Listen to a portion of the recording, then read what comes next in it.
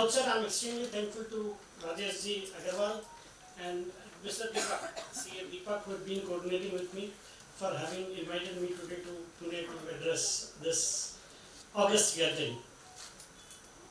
So, I think it'll be better if I communicate with you in Hindi. It'll be better for you to also understand and me to also communicate. We are more comfortable in Hindi that way. I've been asked whether I'll like to have any presentation, but I didn't want to make this session a formal one.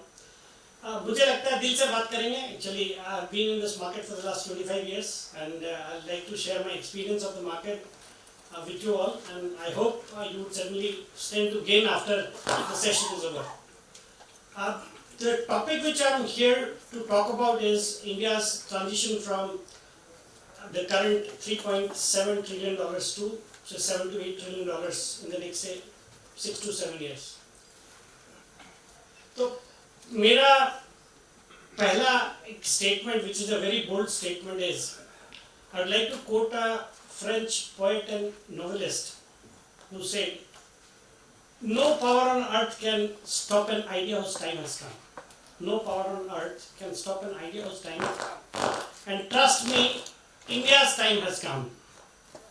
We are very fortunate that we are in India at this point in time. And nobody, nothing can stop India now." मेरे हिसाब से we are at the cusp of becoming a very very big economy. ये जो आज $3.7 trillion है, यहाँ से हम by 2030 we expect India to reach $7 to $8 trillion. And उसमें कोई doubt नहीं है. Before I go further, I'd like to give you a multi-bagger idea, which all of you should be investing in. अच्छा, पहले तो कितने लोग यहाँ पे हैं जो शेयर बाजार में इन्वेस्ट करते हैं? Because I was very, it's good to see such a large numbers, because मैं राजेश जी के साथ इनके कैबिन में बैठा हुआ था, and I got to know he does not invest. And I was very surprised. मैंने उनको बोला भी इतना पैसा कहाँ रखोगे? मतलब a chartered accountant who is doing so well, and वो अगर इस बाजार में इन्वेस्टेड नहीं है, तो that was a real surprise actually. मैं तो आते ही उनके कैबिन में था, तो फिर उनसे मैंने बात करी, उन्होंने बोला मैं तो बाजार में इन्वेस्ट करता ही नहीं हूँ. तो मैं बोला यार मेरा तो जो मल्टी-बैगर आइडिया है वो है India. India is a short multi-bagger idea. Do not miss this opportunity. अगर राजेश जी आप इन्वेस्ट नहीं कर रहे हो, तो आज सोमवार को बाजार खुलेगा, शुरू कर दीजिए. आप अपने प्रोफेशन से एक बड़ी वेल्थ क्रिएट नहीं कर सकते. For that to happen, you need to invest. I'm focusing on invest, not trade. Do not trade in this market. अगर आप दूसरे प्रोफेशन में हो, दूसरे बिजनेस में हो, तो I think ऐसे भी ट्रेडिंग किसी को एडवाइस नहीं करते, और आपको तो करनी नहीं चाहिए. और invest in this market and you will make big money. अभी जब मैं इतने कन्विंसिंगली बोल रहा हूँ कि India will become the third largest economy in the world by 2030, from 3.7 to say $7 to $8 trillion we would be reaching there. मतलब उसमें कोई डाउट ही नहीं है. और वो क्यों होने जा रहा है, और इंडिया के साथ क्या प्लस पॉइंट्स है which would see us through. First thing is, in the last say 9 to 10 years we've done lot of things. जैसे GST का implementation, which you all must appreciate. That's been a breakthrough. आज हमारा GST collection is monthly collection would be in excess of 1,60,000 crore. तो वो एक remarkable काम सरकार ने किया. आज गवर्नमेंट के फाइनेंसेस काफी सुधर गए जीएसटी के इम्प्लीमेंटेशन के बाद, समझ लो, या बाकी भी जो इन्होंने टैक्स का कंप्लायंस का, टैक्स का ट्रांसपेरेंसी, जो भी आप समझे, प्लस जो इंडिया ने कॉर्पोरेट टैक्स रेट कम किया 2 बजट पहले, which has brought lot of companies to start their manufacturing facilities in India, start plants in India, which was again a great thing which the government did. फिर आप GST के बाद RERA का implementation हुआ। RERA का implementation के बाद एक बहुत बड़ा सेक्टर जिसके ऊपर कई सारे सेक्टर्स डिपेंडेंट है, वो सब चल पड़े। मतलब रेरा के इम्प्लीमेंटेशन के बाद आज real estate sector is firing on all cylinders. RERA ने कई चीजें ठीक कर दी, लाइक रियल एस्टेट में जो ट्रांसपेरेंसी नहीं थी, जो आप पहले कोई भी अपने यूज के लिए चाहे प्रॉपर्टी खरीदो या इन्वेस्टमेंट के लिए खरीदो, सुपर बिल्ट कारपेट एरिया, वो इतना बड़ा एक कंफ्यूजन जंजाल था कि पीपल वर कंफ्यूज्ड। फिर टाइमली प्रोजेक्ट्स कंप्लीट नहीं होते थे, builders took their own time, वो आजकल सब रिस्ट्रिक्शन हो गया, प्लस फंड्स इस प्रोजेक्ट के उस प्रोजेक्ट में यूटिलाइज होते थे, तो द इंडस्ट्री वाज इन डॉल्ड्रम्स। तो रेरा के इम्प्लीमेंटेशन से रियल एस्टेट ठीक हुआ और उसकी वजह से आज हाउसिंग से रिलेटेड जितने सेक्टर्स है, चाहे वो आपके सीमेंट है, स्टील है, वो तो है ही है, इसके अलावा जो हाउसिंग बिल्डिंग मटेरियल्स है, आपके प्लाईवुड है, पेंट है, सैनिटरी वेयर है, किचन अप्लायंसेस है, दे ऑल, मतलब इसके साथ ही सब सेक्टर्स अच्छा करने लगे। तो RERA also has been a revolutionary change which the government did. उसके बाद देखिए तो हमारे यहाँ पे जो आईबीसी जो लागू किया इस गवर्नमेंट ने, आईबीसी मतलब जो आपके इंसॉल्वेंसी एंड बैंकिंग, जो आपके उसके वजह से आज देखिए पहले बैंकों के एनपीएस होते थे और काफी बड़ी मात्रा में एनपीएस होते थे, बट मैंने अपने करियर में इस तरह का माहौल बैंकों के लिए नहीं देखा कि जहां आजकल एनपीएस नहीं होते, आपके बड़े बड़े जो एनपीए थे वो कन्वर्ट हो गए, उनके पेमेंट्स आ गए। मतलब आज आईबीसी की वजह से we have seen SR oil, we have seen Bhushan steel, we have seen Monnet spark, मतलब 50-50 हजार करोड़ रुपए के जो मतलब बिना एनी हेयर कट 100% पे सेटल हुए। तो IBC also has done a great thing कि कई सारे जो बैंकों के एनपीएस हो गए थे या एनपीएस होने जा रहे थे, वो सब से हम बच गए हैं। It's leading us through. उसके अलावा भी आप देखो तो डिजिटाइजेशन, आज भारत में जो डिजिटाइजेशन हुआ है, जो यूपीआई है हमारा system, there are lot of countries which are looking at India to implement UPI, they want to understand how this was done. और डिजिटाइजेशन आज आप ट्रांजैक्शंस देखो, मतलब आज से 5 साल पहले digital transactions would be not even 2 to 3%, 4%, but आज they are around 75% transactions are done digitally. और हम आप तो कुछ नहीं करते, आप देखो, आप आज घर में आपके ड्राइवर्स है, सर्वेंट्स है, मेड्स है, उनको देखो, दे यूज गूगल पे, दे यूज पेटीएम, दे यूज यूपीआई।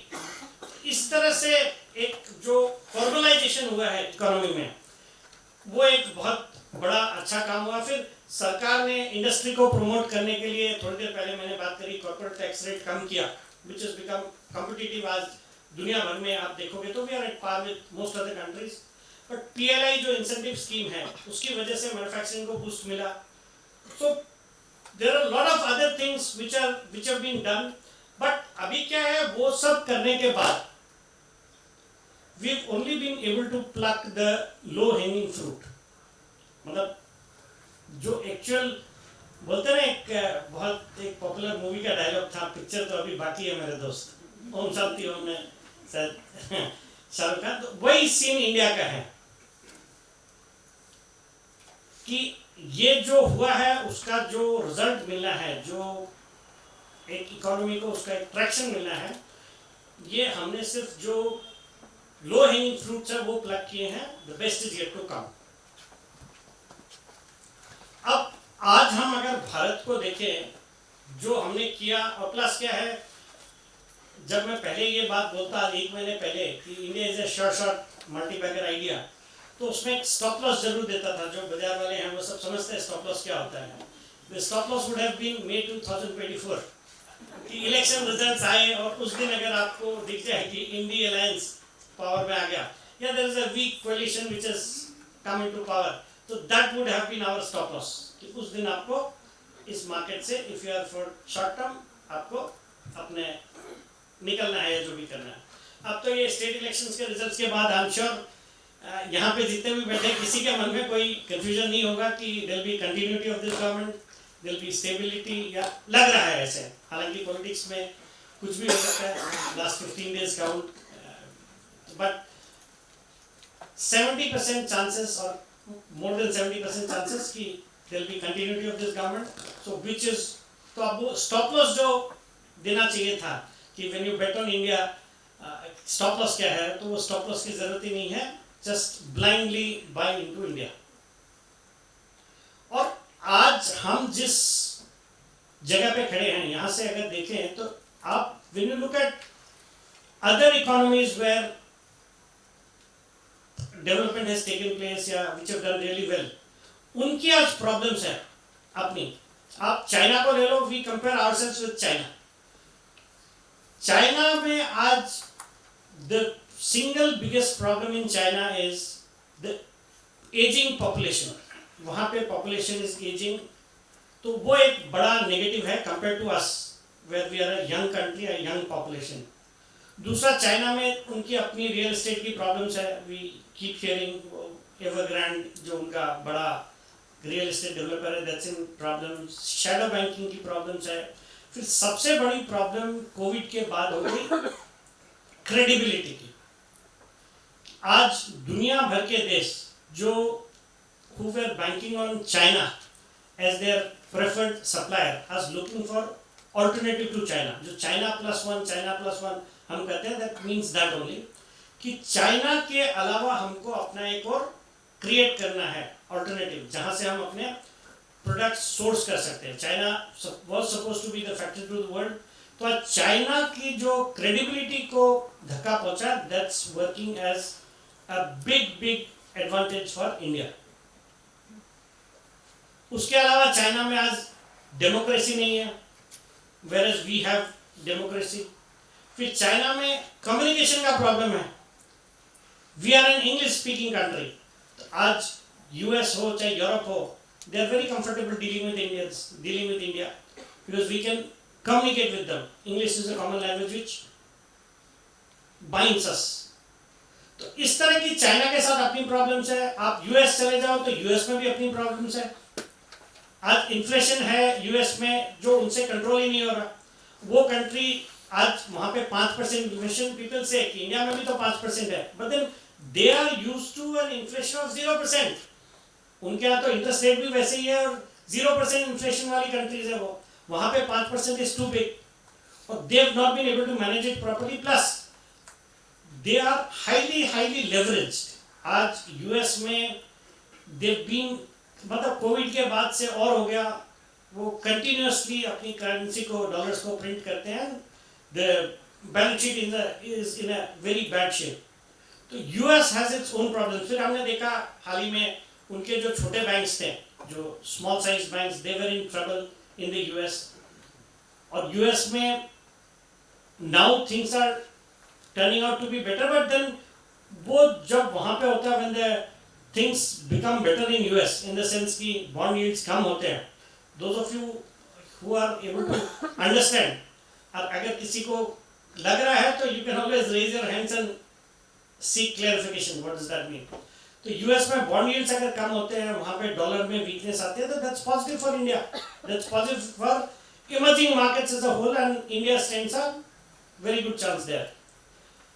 तो ये तो था कि एक तो whatever we have done वो सब अच्छा किया है और उसको कंटिन्यू करेंगे। तो आज India is the fastest growing major economy in the world. आप आज यूरोप में रिसेशन है, यूएस में ग्रोथ नहीं है, चाइना में ग्रोथ में स्लो डाउन है, तो वेयर डू यू गो? आपको, उनको, सबको इंडिया में आना ही है। There is no way out. That makes us more bullish, much more bullish on India than ever. अब ये हो गया कि इंडिया में क्या हुआ। अब why India is the preferred destination, जो मैंने अपने इस थोड़ी देर के वक्तव्य में बताया भी है कि सबसे बड़ा advantage is our demography. We are a young country. 50% of India's population is below the age of 30 today. So आज दुनिया भर में जो मैन पावर की शॉर्टेज है, या भारत में भी जो स्किल्ड मैन पावर चाहिए अपने इंडस्ट्रीज को, we have that. So that attracts most of the economists, that attracts most of the big companies from the developed world to come and invest in India. दूसरा, compared to these countries, I said we are a democratic country, we are the largest democracy in the world. So that is again a big positive for India. We are hard-working people, we are English-speaking people. फिर जो सरकार ने एक आज की जो government है, current regime is working as if they are running a business and not a country. मतलब आप देखोगे तो जिस तरीके के काम हुए हैं या हो रहे हैं, आप लुक एट, आप जो बाजार में है, एक बात बताओ, ये 2023 is coming to an end. It has already come to an end from stock market point of view yesterday. Which sector gave you the best returns? Which sector or आप एक cluster of stocks gave you the best returns? PSUs. Very good. आज मतलब आज से हम 5 साल पहले सोच भी नहीं सकते थे कि इस तरह का परफॉर्मेंस होगा PSU से. What has happened? मतलब आज PSUs are run by highly capable professionals. Even the ministries, आप रेलवेज में जो काम हो रहा है भारत में, आप railway stocks have delivered mind-boggling returns in the last 1.5 years. Defense has done the same.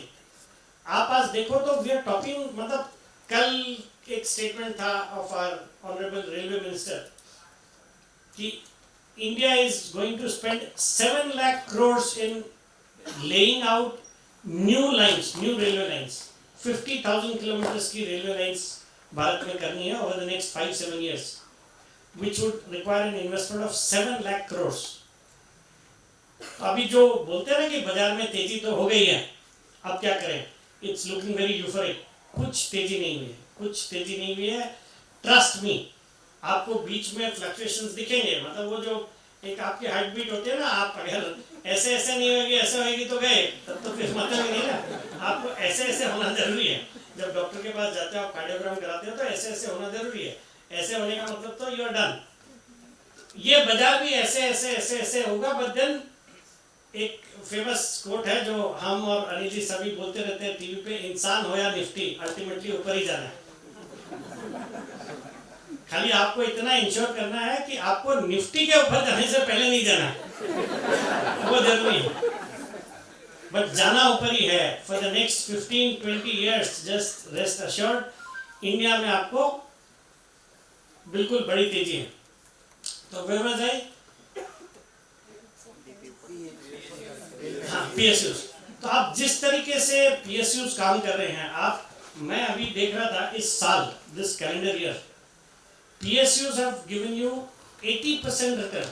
PSUs, जबकि Nifty has only gone up by 20%. अब निफ्टी का भी 20% पिछले एक महीने में आया है. आप देख लो तो ये, अगर आप स्टेट इलेक्शन रिजल्ट्स के पहले अगर निफ्टी को देखो तो आपने साल भर में कुछ किया ही नहीं. तो निफ्टी में जो रिटर्न्स आए वो पिछले 1-1.5 महीने में आए. But PSUs have been the best performers. मतलब लोग बोलते हैं mid cap, small caps, but mid cap, small caps have given you 55%, close to 55% over the last 1 year. Mid caps have given you around 45%. But the best performing sector or bunch of stocks would be PSUs. मतलब सबसे ज़्यादा wealth बढ़ी है President of India, Government of India. Because ownership में तो वही रहता है ना कि 75% owned by the President of India. तो जब वैल्यू बढ़ी है तो उनकी वैल्यू बढ़ी है. तो PSUs इस तरीके से PSUs तो ये पहले भी थे, बट पहले वो परफॉर्म नहीं कर रहे थे PSUs. आप कोल इंडिया ले लो, सब दुखी हो गए, चलता ही नहीं है. NTPC ले लो, चलता ही नहीं है. ONGC ले लो, ये oil marketing companies, IOC, HPCL, BPCL, कुछ नहीं होता. अब ये तो एक सेगमेंट है जिन्होंने ज़्यादा कुछ नहीं किया. But then I am talking about large caps, because अगर आपको फंड्स के पॉइंट ऑफ व्यू से देखोगे तो चूंकि लिक्विडिटी है, वॉल्यूम है, market cap अच्छी है, तो they would look at these kind of companies. But look at railway stocks, look at defense stocks. They've gone through the roof. अगर आप railways और defense खाली 2 सेक्टर में किसी भी एक ढंग की कंपनी में 1 साल पहले इन्वेस्ट किए हो तो आपकी wealth more than double, more than triple हो गई in most of the stocks. तो इस तरह से वी आर गोइंग अहेड। और आज जो प्लान्स, जो गवर्नमेंट के जो अनाउंसमेंट्स आते हैं, every now and then we see defence company को इसको 5,000 करोड़ का ऑर्डर, मतलब जो कंपनियां 1,000 करोड़ का रेवेन्यू करती है उनके पास 10-10 हजार करोड़ के ऑर्डर्स है। तो कहाँ हो ये तेजी? तो कुछ हुई नहीं अभी। मतलब it's just a start, it's a beginning of the bull run. मतलब आप इतने भी बुलिश मत हो जाना कि यहाँ से निकलते ही इस घर बार सब बेच के बाजार में लगा देना। I don't mean to say that. वो आपको अपना रिसर्च करना, और इस बाजार में it comes with a risk. आपको जो रिस्क इन्वॉल्व है वो तो है। मतलब there could be some time when the markets do not perform, and एक कहावत है, markets can remain irrational longer than you can remain solvent. तो वो जो एक प्रॉब्लम है वो रहती है। बट देन अगर आपके पास आपकी सेविंग्स है, जो पैसा आपको 3 साल 5 साल नहीं देखना है, तो I think we are at a very good time कि इससे बेटर टाइम भारत के लिए हो नहीं सकता। मतलब go back to China 20 years back, जिस जगह पे चाइना था 20 years back, we are at the same stage today. And history उठा के देख लीजिए, the biggest wealth is created when economy transitions from say $3 to $4 trillion to a $7 to $8 trillion, and we are at that point in time right now. We are very fortunate कि आज हम उस समय में and है भारत में। and so my basic advice to all of you would be trust India, trust India's growth story। हमारे problem क्या होते हैं ना, हमको जब गोरे या FIAs आके बताते हैं ना कि आप अच्छे हो, देन वी ट्रस्ट। हमको कोई बाहर से आके बताता है तब हमको कॉन्फिडेंस आता है, अदरवाइज ये जब तक ये इस बार तो फिर भी अच्छा हुआ, अब हमारे रिटेल इन्वेस्टर्स ने बहुत अच्छा पैसा बनाया, बिकॉज SIPs हो रहे थे वो उन्होंने तोड़े नहीं। तो जो पिछले 6-8 महीने में FIAs 2 लाख करोड़ 3 लाख करोड़ की सेलिंग करके गए, अगर ये पहले वाला इंडिया होता तो फिर हमारा बाजार तो बिल्कुल ही पस्त हो जाता, बिकॉज देयर वाज, मतलब उनकी सेलिंग को एब्जॉर्ब करने के लिए हमारे पास वो पावर माइट ही नहीं था। बट आज जब हम देखते हैं कि कोविड के बाद जो 3 करोड़ डीमैट अकाउंट्स थे, दे बिकम 13 करोड़ टुडे, और हर महीने SIP आता है करीबन 16-17 हजार करोड़।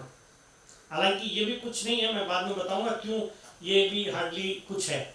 मतलब इन अ कंट्री ऑफ 140 करोड़ ये 16-17 हजार करोड़ की महीने की SIP से वी आर वेरी गंग हो about it, but it's nothing, it's a tip of the iceberg, ये कुछ भी नहीं। बट उसके कारण से हमने डिफेंड किया है, जो FIAs का आउटफ्लो था उसके सामने हमने, आज हमारे बाजार को कुछ नहीं हुआ, we were stable despite the fact कि रोज FIAs के सेलिंग के नंबर्स आते थे।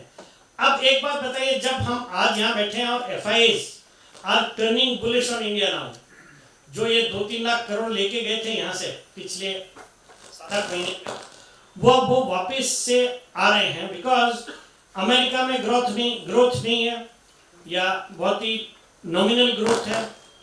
अगर वहाँ पे डॉलर वीक होता है, इंटरेस्ट रेट, जब अब सबको पता है फेड जो इंटरेस्ट रेट बढ़ाने का साइकिल था वो अब ओवर हो गया है।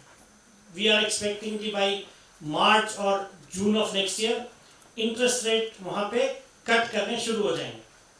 सो if that happens, dollar weakens, they come to emerging markets, और वो जब यहाँ से इतने पैसे लेके गए हैं और वो बात, उनके पास ऑल्टरनेट्स, इंडिया के सामने ऑल्टरनेटिव अपॉर्चुनिटीज बहुत कम है। Because as I told you, हमारे यहाँ पे हर कुछ है, जो एक आप एक जब कंपनी में इन्वेस्ट करते हो तो you look at lots of things in a company, no, when you want to invest in a company, कि आप उसके फाइनेंशियल्स देखते हो, उनके प्रोमोटर्स को देखते हो, सब कुछ देखते हो। वैसे ही जब एक FI इन्वेस्ट करता है, उसके पास भी पूरी दुनिया एज एन अपॉर्चुनिटी है, उसको उसमें से कंट्री को सेलेक्ट करना, तो he would look at lot of things. So compared to most other countries of our size, we are at the best place today. तो तो जब वो उनकी बाइंग आती है, सामने हमारे SIPs आते हैं, जो SIPs अगर ये 13 करोड़ के डीमैट अकाउंट है, ये आने वाले 5 साल में 25 करोड़ ही होने वाले, 25 करोड़ होंगे। तो ये जो फंड्स फ्लो अगर आएगा तो वेयर कैन वी गो, आप वो ध्यान में रख के जस्ट शांति से हमारे बाजार में इन्वेस्ट करिए। आपको डायरेक्टली अगर नहीं होता है, if you cannot do research yourself, you can go to a mutual fund, you can buy an index fund, but do invest in India. Be a part of this once in a lifetime bull run which we are going to witness over the next 5-10 years. There's no doubt about it. तो ये करना है। बाकी ये जब होगा तो कहाँ पे which sectors would participate in the India's growth story in the next decade? That becomes the crux. मतलब करना तो है, ये तो सबको पता है, बट कहाँ करना है, क्या लेना है। मेरा ये मानना है कि जिस तरीके से हमारी इकोनॉमी चल रही है, we are growing at 7% real terms, और अगर आप नॉमिनल देखोगे, इन्फ्लेशन ऐड करोगे तो we are growing at close to 12%. जब economy grows at say nominal growth rate of 12%, तो we can easily expect our corporates to deliver earnings growth of 15-16% at least, the big ones also. तो आपको वो ध्यान में रखते हुए look at sectors which would participate in this growth. The first sector which comes to my mind is banks and NBFCs। ये जो growth है इंडिया की, this cannot happen without the participation of banks and NBFCs। तो आपको banking as a sector है जिसपे अच्छी quality की जो भी बैंक्स है, it could be private sector banks, it could be public sector banks, वो आपको ध्यान में रखना है। दूसरा, we are today close to $4 trillion economy, and Indians have a very good habit of saving. We save 20%, which works out to $800 billion. आप अभी थोड़ी देर पहले मैंने बात करी, SIP आते हैं 16,000 crore 17,000 crore per month, which is what, $2 billion a month। आप इसको एनालाइज भी करोगे तो $24 billion a month। हमारे इक्विटीज में तो $24 billion आते हैं from the $800 billion which we save। बाकी के कहाँ? We are still bank FD में जाते हैं, रियल एस्टेट में जाते हैं, गोल्ड में जाते हैं। अब आप बैंक FD में इतने पैसे पड़े हैं, but bank FD makes you poorer by the day. हमारा जो इन्फ्लेशन का रेट है उतने ही बैंक FD आपको देता है, उससे कम देता है, तो फिर आप तो गरीब हो रहे हो ना। तो मतलब अब ये जो आप, इसीलिए मैं कह रहा था कि जब ये 16-17 हज़ार करोड़ का SIP का जो फिगर है वो कोई बहुत ज़्यादा नहीं है। हमको तो उससे बहुत गुना ज़्यादा SIP होने चाहिए कि लोगों को टुवर्ड्स इक्विटीज आना चाहिए। आप FD में इन्वेस्ट करके तो आप और गरीब हो रहे हो, because our inflation rate is close to the FD rates. तो बट बल्क और the maximum portion of our savings goes into FD, goes into gold, goes into real estate, which should not be the case. So the kind of financialization of savings which we see would mean that our banks and NBFCs would certainly do well. दूसरा, government आज capex पे focus है, जो नए projects लगाओ, चाहे वो public sector में लग रहे हैं, प्राइवेट सेक्टर में लग रहे हैं, so that would lead to a very strong credit offtake, which is again very good for, very positive for banks. तो banks and NBFCs, और आपके आज हम बात कर रहे हैं भारत को एक $7-8 ट्रिलियन की इकोनॉमी देखते हुए, तो और per capita GDP also would go up, which is currently से आज जो $2,300 या $2,400 है, वहाँ से जब वो $5,000 की पर कैपिटा GDP होती है, तो discretionary spend would increase. Discretionary spend would mean आज सबके पास खाना पीना कपड़ा वो तो हो गया, उसके बाद bulk of it goes to owning a vehicle, owning a house. तो ये जो बदलाव है, इसके कारण से आज ऑटो है तो ऑटो भी लोन पे ही होता है, तो banks have that sector, NBFCs have that sector, आपके कंज्यूमर गुड्स का जो स्पेंड है वो बढ़ता है. That is so again what I mean to say is banks and NBFCs के लिए it would be a golden time. और आजकल एनपीएस नहीं होते तो वो कोई डर नहीं है. मतलब वी आर सीइंग हार्डली कोई एनपीएस हैपनिंग. सबके एनपीएस, सबकी एसेट क्वालिटी बहुत अच्छी हो गई, सबकी बैलेंस शीट्स बहुत अच्छी हो गई, जो कैपिटल एडिक्वेशन रेशियो है वो भी बहुत अच्छा हो गया. तो banks and NBFCs is one sector which you need to look at. Second is infrastructure and power, if you can club them together. Infrastructure as a sector, ये एक perennial जो इंडिया की ग्रोथ स्टोरी है उसमें आने वाले 10-20 साल तक इंफ्रास्ट्रक्चर का सेक्टर अच्छा करता ही रहेगा. Because we are all seeing this. आप पुणे में भी कोई काम चल रहा होगा, मेट्रो का काम चल रहा होगा, आप हमारे हाईवेज देख रहे हो, हमारे ports, we are deficient in ports. Airports, we already have 70 airports and the government has target of setting up new 70 airports in the next 5 to 7 years. तो इस तरह का इंफ्रास्ट्रक्चर भारत में बनना है. रोड्स आप देख रहे हो, the way we are racing ahead. फिर मेट्रो प्रोजेक्ट्स, मेट्रो रेलवेज है चारों तरफ पूरे भारत में, हर सिटी में मेट्रो का काम चल रहा है लगभग. तो इंफ्रास्ट्रक्चर एंड पावर. आज पावर के कंजम्पशन में per capita consumption in India is very less compared to developed world. Exact figures नहीं है, but it's hardly, मतलब आज अगर developed countries में जो per capita power consumption है उससे compare करें तो we are not even 20%. तो एक तो power का consumption, जब आपके पास आपकी income बढ़ती है, जो GDP growth से हम सोच रहे हैं कि per capita income लोगों की बढ़ेगी, तो power का consumption would be on the rise. Plus to support that kind of growth, power will be needed.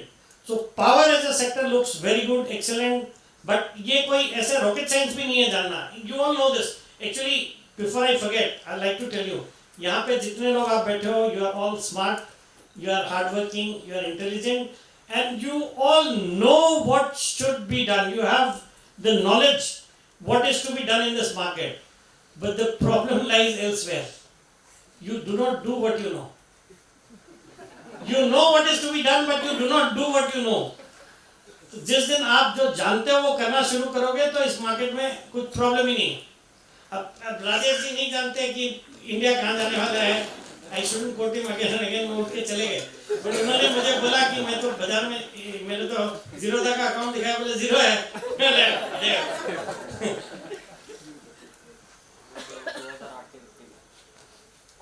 तो मतलब पता सबको सब कुछ है, बट हम वो करते नहीं जो हमको पता है. That's the problem. तो अब बैंक्स, एनबीएफसीज के बाद इंफ्रास्ट्रक्चर, पावर, ये दोनों सेक्टर बहुत अच्छे. और पावर में भी पावर प्रोड्यूसर्स अपनी जगह ठीक है, because we need lot of power. और हम देख भी रहे हैं पिछले 1 साल में power companies have done well. वहाँ पे भी सरकार का फोकस है रिन्यूएबल एनर्जी पे. तो renewable energy looks excellent. Renewable energy meaning wind energy, solar energy and hydro power. उसमें भी सरकार के एम्बिशियस टारगेट है. फ्रॉम द करंट 100 गीगावाट की capacity, by 2030 they want to take it to 500 gigawatts.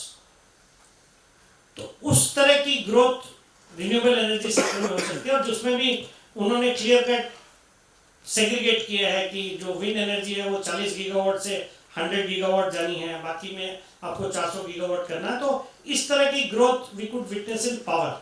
और within power renewable energy और ज़्यादा अच्छा लगता है. तो वहाँ पे आपको स्टॉक्स आइडेंटिफाई करने हैं. और मतलब पावर में सिर्फ पावर प्रोड्यूसर्स नहीं, पावर के जो एक्सिलरी इंडस्ट्रीज हैं, पावर ट्रांसमिशन है, पावर डिस्ट्रीब्यूशन है, पावर इक्विपमेंट्स है. तो ये सबको आपको देखना चाहिए. The third important sector which would do well, which would participate in this growth would be manufacturing. आज गवर्नमेंट का पूरा फोकस है मैन्युफैक्चरिंग के ऊपर. हम बात करते हैं मेक इन इंडिया की. मोदी जी आज लगे हुए हैं. कोई भी आज टेस्ला हो या कोई भी हो, जीई हो, उनको भारत में आना है तो you got to make in India. तो मैन्युफैक्चरिंग पे फोकस है. और मैन्युफैक्चरिंग के लिए उन्होंने पीएलआई स्कीम भी लॉन्च किया हुआ है, जो प्रोडक्शन लिंक इंसेंटिव स्कीम है. प्लस जैसे मैं पहले बता रहा था, कॉर्पोरेट टैक्स रेट को कम किया है. Plus ease of doing business के लिए भी उन्होंने काफ़ी कुछ कदम उठाया है. तो मैन्युफैक्चरिंग को बूस्ट करने के लिए सरकार लगी हुई है. और Within manufacturing also, railways and defense, they are the sectors to watch out for. अगर आपको जो हमारा इकोनॉमी को जिस लेवल पे पहुंचना है वो पहुंचना है, तो रेलवेज में बहुत काम होना बाकी है. So lot needs to be done. और दूसरा सबसे ज्यादा कॉन्फिडेंस रेलवे पे इसलिए आता है because look at our railway minister, he is a truly professional railway minister. मतलब उनकी क्वालिफिकेशंस देखो, उनके काम करने का तरीका देखो, तो and this we have seen over the last 1 year जिस तरीके से काम हो रहा है रेलवेज में. तो रेलवेज है. फिर डिफेंस आज जिस तरह के माहौल में हम रहते हैं, एक तरफ हम मतलब दुनिया भर में प्रॉब्लम चली रही है, रशिया यूक्रेन हो गया, इजराइल हमास हो गया, चाइना रूस ताइवान के लिए बात करता है, प्लस आपके मिडिल ईस्ट में जो चल रहा है वो चल रहा है. We are surrounded by the likes of Pakistan and China and blah blah. तो defence can not be ruled out. और डिफेंस में जो हम अक्सर टीवी पे भी बात करते हैं, डिफेंस 1.0 कुछ नहीं है, डिफेंस 2.0 की अब बातें हो रही है कि वी कुड बिकम डिफेंस के major manufacturers for the entire world. Because हमारा जो प्रोडक्शन कॉस्ट है, जिस रेट पे हम सप्लाई कर सकते हैं, नोबडी कैन बीट अस.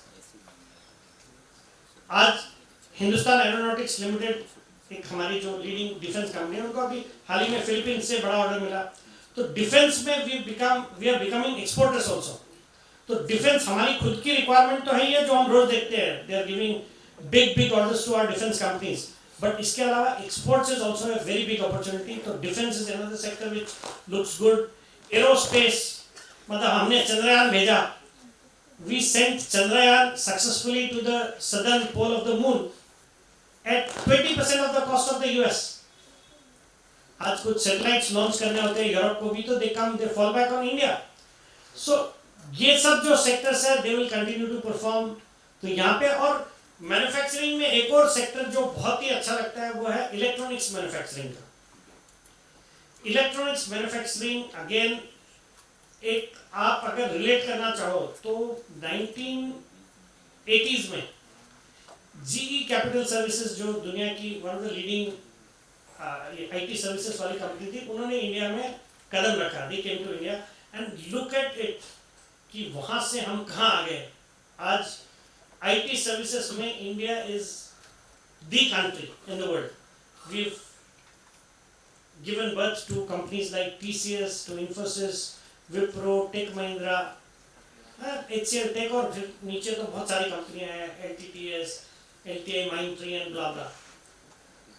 दूसरा, जब ऑटोमोबाइल का नंबर आया, Suzuki, when they came to India we opened our doors for Suzuki. पहले क्या होता था, एम्बेसडर होती थी, फिएट होती थी. मारुति के साथ सुजुकी का टाई अप हुआ, सुजुकी ने भारत में प्लांट लगाया, और उसके बाद देखिए ऑटोमोबाइल में आज कहाँ है.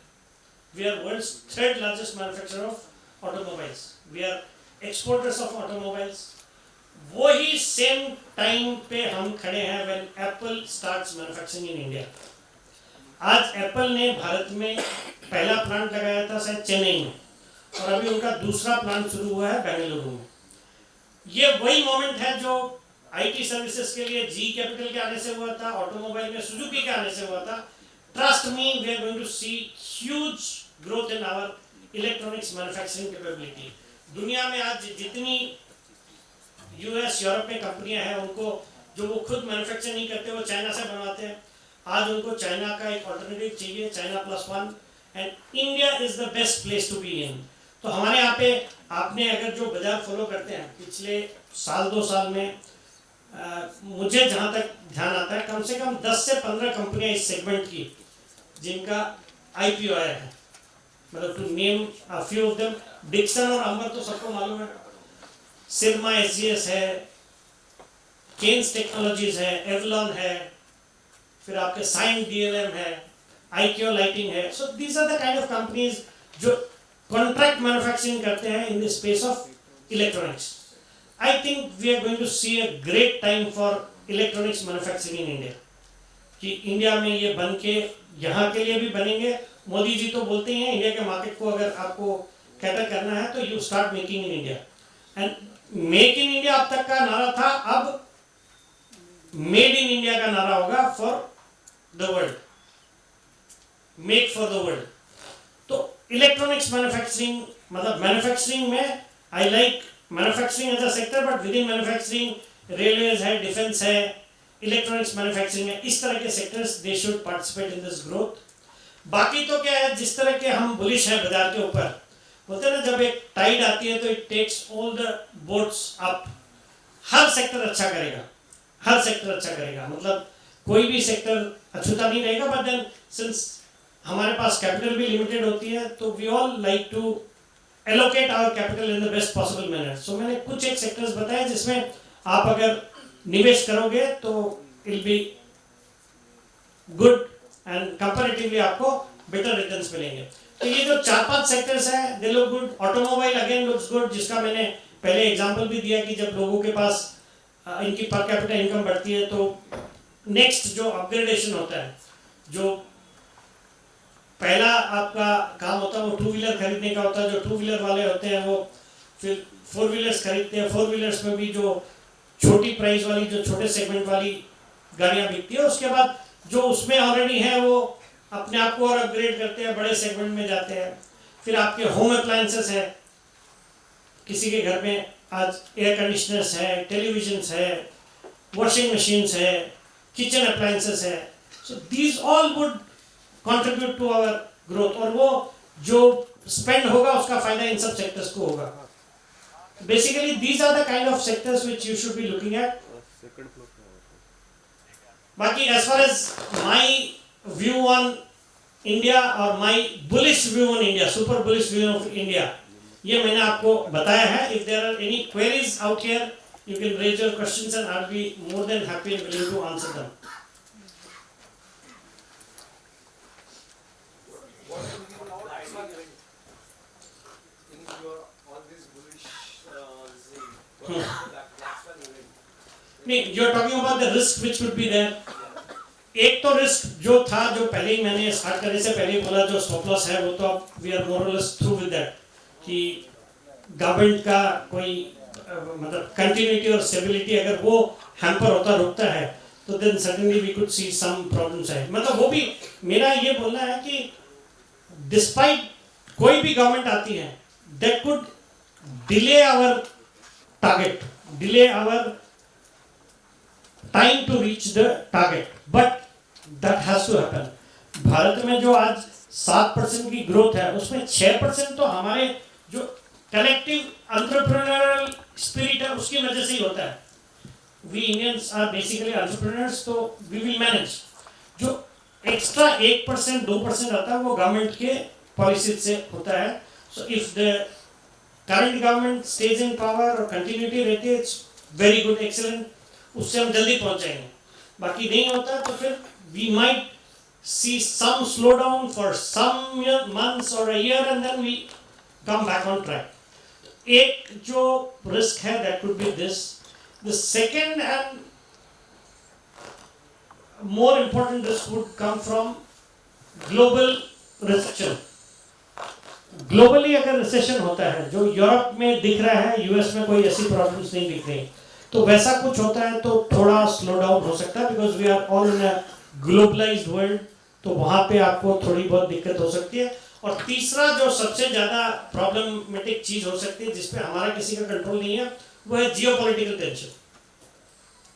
कि फर्ज करें ये इजराइल हमास फ्लेयर अप हो जाता, मिडिल ईस्ट आ जाता, या चाइना ताइवान हो जाता है, ऐसा कुछ होता है तो ऑल्दो हमारी इकोनॉमी डायरेक्टली उनसे इन्वॉल्व नहीं है, कि it's not that India has to go to war with China to be able to face those problems, ऐसा नहीं है। बट देन ऐसा कुछ भी होता है एंड मिडिल ईस्ट भी इन्वॉल्व होता है, तो क्रूड के प्राइसेस में फ्लेयर है। क्रूड जो विच हैज कम टू से $75 टुडे, अगर वो फर्ज करो इस तरह के सिनेरियो में $125-140 हो जाए, and crude being our largest import, तो हमको that will pinch our currency को, इट विल पिंच। तो वो जो 2-3 चीजें हैं वो है, और बाजार में ये रिस्क तो हमेशा रहने ही वाली है। ये तो you can not do away with this kind of risk. But then हम पिछले 30 साल में we have done very good, so there is no reason why we will not do better than this over the next 20-30 years, जब हमारा time आया है। That's it. Yeah. Company के fundamentals अच्छे हैं, हम्म। लेकिन कुछ रीजन से अभी वो अंडर परफॉर्म कर रहे हैं या फिर सेक्टरल इशू की वजह से परफॉर्म कर रहे हैं, तो हमें उसमें से निकल जाना चाहिए या we should wait for that one. जैसे एग्जांपल जो अभी आई शुड यूपीएल कंपनी के फंडामेंटल सारे स्ट्रॉन्ग है, सभी अच्छा है, तो इस सिनेरियो में क्या करना चाहिए? देखिए, एक बात तो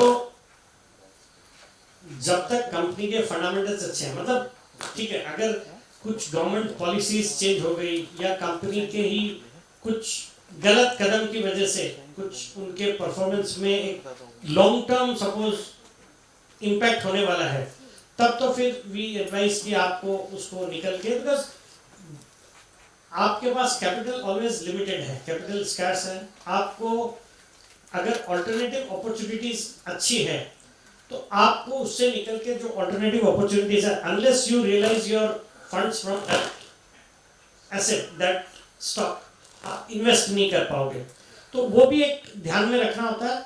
बाकी इस बाजार में क्या होता है, अगर आप जैसे एक इन्वेस्टर हो तो मैं कई बार ये बोलता हूं कि इस बाजार में time in the market is more important than timing the market. बाजार को टाइमिंग करना पॉसिबल है ही नहीं, पॉसिबल नहीं. Neither can I do it nor can anyone else do it. और जो क्लेम करते हैं कि हम कर सकते हैं और प्रॉफिटेबली और कंसिस्टेंटली कर सकते हैं, वो बेवकूफ बना रहे हैं. Timing is not possible. तो हो सकता है कई बार कोई कंपनी अच्छा मैनेजमेंट है, मतलब इसमें सबसे ज्यादा इंपॉर्टेंट होता है मैनेजमेंट. प्रोमोटर्स अगर अच्छे हैं और इंडस्ट्री अच्छी है, ठीक है, कोई पीरियड के लिए स्लो डाउन होता है, कुछ कारण से होता है, तो वो आप जल्दी जल्दी निकल के आप सोचोगे मैं एक बार बेच देता हूं, बाद में उसमें एंट्री करूंगा, तो ऐसा इस बाजार में पॉसिबल ही नहीं होता. मतलब ये क्या होता ना, जब एक बुल होता ना, बुल, हम बाजार में तेजी को बुल बोलते ना, एक जगह पे खड़ा है और आप उस पर चढ़ गए, अब वो बुल चल रहा है, आप सोचोगे मैं रास्ते में एक बार वो थोड़ा सा धीरे हुआ, एक बार उतरा हूं और उसके बाद वापिस चढ़ा हूं, वो वहां पे पॉसिबल ही नहीं होता, वो आप बुल पे चढ़ नहीं सकते. इसलिए as long as the company is good, as long as that problem which has occurred is temporary, have conviction. मतलब आज एक एग्जांपल देता हूँ, Rakesh Jhunjhunwala became Rakesh Jhunjhunwala because of very few stocks. Titan is one of his prominent holdings. आज उसके उनके अगर 45,000 करोड़ की नेटवर्थ है तो उसमें 10-15,000 करोड़ का तो वैल्यू का टाइटन ही है. लेकिन आप 20 साल से इज इन्वेस्टेड इन टाइटन, और टाइटन में दिक्कतें नहीं है ऐसा नहीं हुआ. टाइटन अपने एक कोई भी टाइम पे हाइट से 30 से 40% करेक्ट तो 7 बार हुआ है in the last 20 years. It's gone to 1000 and come back to 600. तो आप क्या सोचोगे कि यार अगर मैं 1000 पे बेच देता हूँ 600 में ले लेता, बट आपको ये नहीं मालूम पड़ता ना कि 1000 इसका टॉप है, या फिर ये भी नहीं मालूम पड़ता कि 600 आया तो यहाँ से घूम जाएगा. बट अल्टीमेटली चूंकि उनका कन्विक्शन था, वो आज तक इन्वेस्टेड थे, तो आज Titan is at its life time high. I getting what I am saying. बाकी आप जब जंप, और मतलब आपको फर्ज करो दिल्ली जाना है मुंबई से, आपने राजधानी पे आप बैठ गए हो, आप टाइटन में बैठे, बीच में अगर सूरत में राजधानी को सिग्नल नहीं मिला तो आप उतर के फिरोजपुर जनता में तो नहीं चलते होगे, क्योंकि अल्टीमेटली वो राजधानी को थोड़ी देर के लिए रोका गया, बट अल्टीमेटली राजधानी आपको दिल्ली पहले पहुंचाने वाली है. तो if it's a good quality stock, कुछ परमानेंट प्रॉब्लम, अब राजधानी में कुछ एक्सीडेंट ही हो गया तो आपको उतरना ही है, फिर उस पर बैठ के क्या करोगे, वो तो पहुंचाने वाली नहीं है ना दिल्ली, फिर तो फिरोजपुर जनता चलेगा. तो उस तरीके से आपको कंपनी को करना है. तो एग्जिट कब करना या नहीं करना, ये एक इंडिविजुअली कॉल लेना पड़ेगा, for which you have to do your research या ट्रस्ट योर फाइनेंशियल एडवाइजर. उस तरह से आपको देखना पड़ेगा. That's it. या अगर इंडिया का ग्रोथ का पार्ट बनना है तो लाइक जो भी सेक्टर अपन चूज करें उसमें बड़े बड़े कंपनी 1 लाख करोड़ का कैपिटलाइजेशन ले, तो वैसे कंपनी पिकअप करने या फिर स्मॉल कैप पकड़ के होल्ड करें. लाइक अभी नेक्स्ट 30 इयर्स के लिए मैं प्लान कर रहा हूं. नहीं, देखो, अगर आपका बहुत ही लॉन्ग टर्म व्यू है तो आमतौर पे इस बाजार में सेफ्टी और रिटर्न दोनों इनवर्सली प्रोपोर्शनल है. मतलब आपको अगर सेफ्टी चाहिए, लिक्विडिटी चाहिए, तो आपको लार्ज कैप्स में जाना पड़ेगा, और उसमें आपको रिटर्न्स थोड़े कम बनेंगे. तो the best thing to do would be, आप depending on your risk appetite या आपका साइज ऑफ योर पोर्टफोलियो, आप 50% तो लार्ज कैप्स में ही रखना चाहिए, बिकॉज जैसे मैंने बताया कोई इवेंट हो गया तो उस टाइम पे क्या है, मिड कैप स्मॉल कैप्स में तो बहुत बड़ी मार पड़ती है, आप हिल जाते हो, बट लार्ज कैप्स में एक रीजनेबल करेक्शन आता है, तो that helps you in sustaining. तो आप 50% लार्ज कैप्स में, बट पूरा लार्ज कैप्स में भी करते हो तो फिर तो आप स्टॉक्स आइडेंटिफाई मत करो, निफ्टी में इन्वेस्ट करके छोड़ दो। The safest thing to do would be invest in Nifty, और Nifty will represent the entire Indian economy. तो इसकी ग्रोथ में पार्टिसिपेट करने के लिए निफ्टी से बेटर इंडिकेटर तो कोई है ही नहीं। और आप अगर आप एक एज लिमिट के बाद आपको थोड़ा सेफ्टी भी चाहिए, आई वुड नॉट एडवाइज कि आप एफडी में पैसा रखो, because as I was telling you कि एफडी में रखना तो इन्फ्लेशन ही इतना है कि डजंट मेक सेंस, बट आपको एक सेफ्टी भी चाहिए, तो आप निफ्टी में भी करते हो तो it is not done badly. आप निफ्टी को देखो तो 1997 में निफ्टी लॉन्च हुआ था, 1997 में, उस समय निफ्टी वाज लॉन्च्ड एट 1000, जो बेस इंडेक्स था वो 1000 था। आज 25 साल हो गए, वी आर इन 2023, 25 साल में वो 1000 हैज बिकम 21,000 या 22,000, समझो 21,700, और 21 गुना हुआ है निफ्टी। आपको तो कुछ करने की जरूरत नहीं है, आपने तो अगर निफ्टी में डाल दिया तो 25 साल में आपके 21 गुना हो गया। बहुत कम ऐसे एसेट क्लास है आपके एफडी में, तो ये होने के लिए आपको क्या लगता है कितना रिटर्न कंपाउंडिंग हुआ होगा? ये for Nifty to reach from 1,000 to 21,000 in 25 years, at what rate would it have compounded? And not even 15, it's 13.5% to be precise. सिर्फ 13.5% रिटर्न जनरेट करके भी आप अपनी इन्वेस्टमेंट को 21 गुना 25 साल में कर सकते हैं। मतलब अगर आमतौर पे यहाँ तो खैर 80% of the people are invested in the markets, तो जानते हैं, बट जो नए आते हैं ना बाजार में, वो तो यही समझ के आते हैं कि हमको 1 महीने में पैसा डबल करना है, और 1 महीना भी ज्यादा है, कई दिन में तो बोलते 7 दिन में। सर सेठी साहब आप तो 2:30 बजे क्या बोलने वाले हो वो बता दो, तो क्या रोज का 10% बन जाएगा, 10 दिन में हमारा डबल आ जाएगा। आपको जो मैं समझाना चाह रहा हूं कि कंपाउंडिंग जो है उसको हम बोलते हैं 8th वंडर। वो क्योंकि आपको बहुत ज्यादा रेट से पैसा कमाना नहीं है। मैंने ये निफ्टी का एग्जांपल दिया, सिर्फ 13.5%, जो कि बहुत पॉसिबल है। आपको 1 महीने में डबल करना छोड़िए, अगर मैं कल को आपको बोलूं कि आपको 3 साल में पैसा डबल करता हूं, 3 साल में, 3 साल, वो तो मतलब डिफिकल्ट है, वो भी डिफिकल्ट है, लेकिन पॉसिबल है, हो सकता है। आप भी सोचते होंगे आप भी कर सकते हो, आई एम श्योर कि यू कैन डू इट, तो वो पॉसिबल है। लेकिन वो करने के लिए आपको क्या रिटर्न जनरेट करना पड़ेगा एनुअली? 25-26%, ठीक है। 3 साल में आपका पैसा डबल हो जाएगा, 3 साल में। लेकिन कंपाउंडिंग का इंपैक्ट देखिए, अगर आप 30 साल तक अपने इन्वेस्टमेंट पे 25% की रिटर्न जनरेट करते हो, जो कि which is not impossible to do, it may be a bit difficult but not impossible. सिर्फ 25%, मैं जो महीने में डबल करने की बात करते हैं उनके लिए तो पीनट्स है ना, कि आपको साल का 25%, महीने का डबल छोड़ो, साल का 25% कर लो। 30 साल अगर आप करते हो, 1 करोड़ रुपए इन्वेस्ट करते हो, तो 30 साल में वो कितना होएगा पता आपको? Any guesses? 26% से करोगे तो 1000 गुना होता है, 1000 गुना, मतलब 1 करोड़ आपका 1000 करोड़ बनता है। Isn't it mind boggling? और उसके लिए आपने क्या किया? 25-26% का ही रिटर्न जनरेट किया। आप निफ्टी में इसलिए बोलते हैं ना, earlier you start the better it is. आप सेंसेक्स पे चले जाओ, सेंसेक्स को 40 से 45 साल हुए, सेंसेक्स को 1980 वाला आज 43 इयर्स हुआ। 100 में स्टार्ट हुआ सेंसेक्स, 100, आज है 71,000, 72,000, 700 times in the last 43 years, it's become 700 times। और डिविडेंड अलग, डिविडेंड को और देखोगे तो और बढ़ जाएगा। और वो कैसे हुआ है? Sensex has given you only 16% per annum। 16% की दर से कंपाउंडिंग हुआ है and it's become 700 times in 43 years. तो इसमें कोई महीने में डबल, 3 महीने में डबल कुछ करना ही नहीं है। आप अपने रिटर्न्स की एक्सपेक्टेशंस रीजनेबल रखो और इस बाजार में इन्वेस्ट करो and make it a mix of large caps and small caps.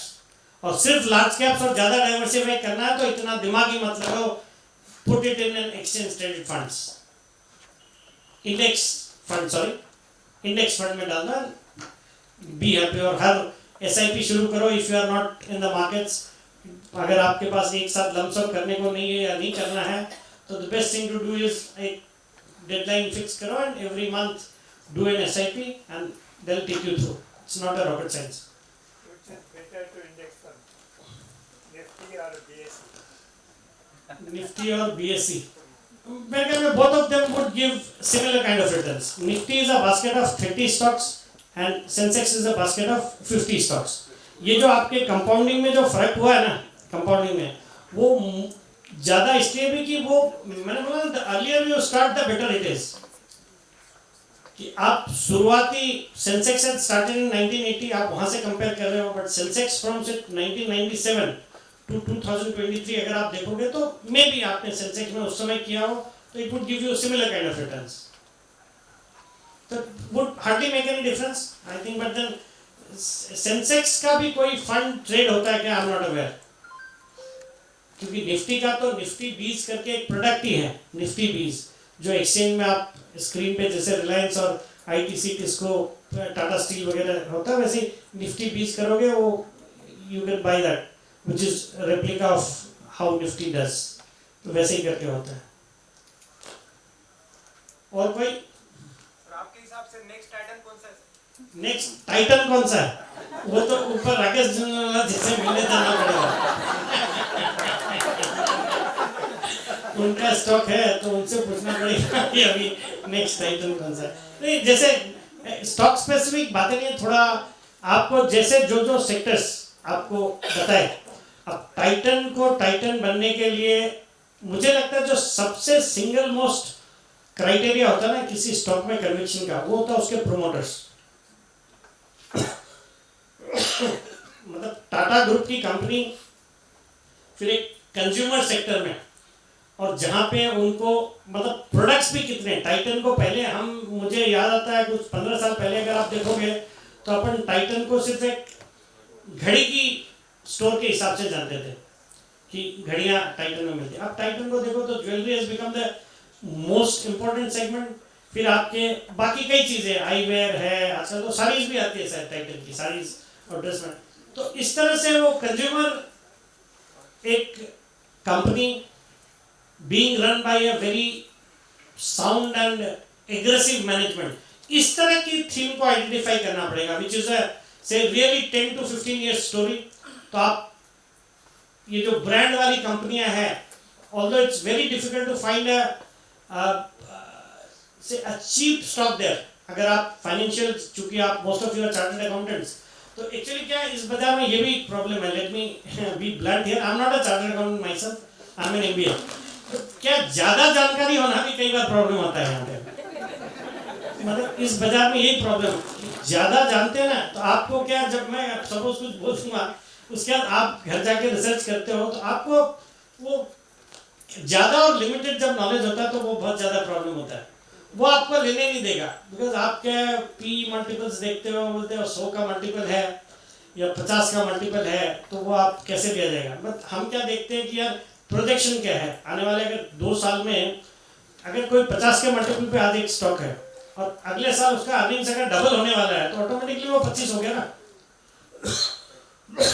और अगर उसी दर से आज रेलवे स्टॉक्स हैं, सबको बहुत एक्सपेंसिव लगेंगे क्योंकि पिछले 1 साल में जो तेजी हो गई, आप अगर हिस्टोरिक फिगर्स देखेंगे तो बहुत छोटी छोटी कंपनियां थी, उनके प्रॉफिट्स के नंबर्स भी बहुत छोटे छोटे हैं। तो आप देखोगे तो उसके हिसाब से on traditional parameters they would look very very expensive, but आप जब उनके प्रोजेक्टेड फिगर्स के ऊपर देखोगे तो they would look reasonably price या चीप। तो आपको थोड़ा बहुत आपको कॉमन सेंस, अपार्ट फ्रॉम ये जो फाइनेंशियल सिर्फ देखने से नहीं होता है, you need to look at several other things. और फिर try to make an investment.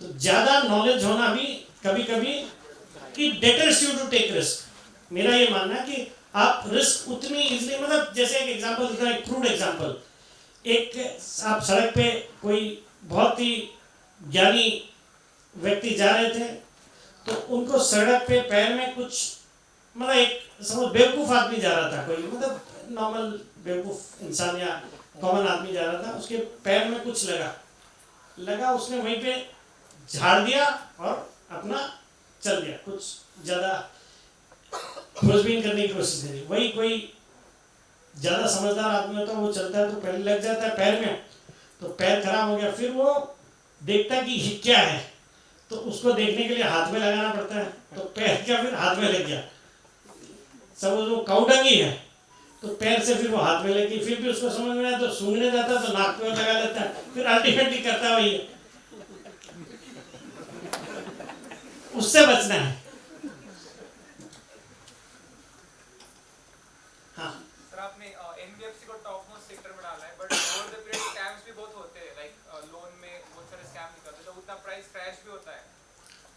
नहीं, आजकल तो क्या होता है, आपको मतलब देखिए हर सेक्टर में या हर कंपनी में आपको अपना ड्यू डिलिजेंस और रिसर्च तो करना ही पड़ेगा। मतलब आप क्वालिटी कंपनी के साथ है, क्वालिटी मैनेजमेंट है, और उसमें हर समय ये 1% 2% का एनपीएस का डर बना रहेगा। बट आप कंपनी के मैनेजमेंट, कंपनी का जो स्टाइल है, क्या उनके चेक्स है before they give their loans, ये सब चीज़ आपको थोड़ी देखनी पड़ेगी। बट हर सेक्टर में ये सब रिस्क होती है। आप मैन्युफैक्चरिंग में क्रेडिट पे माल बेचते हो, वहाँ पे भी रिस्क होती है।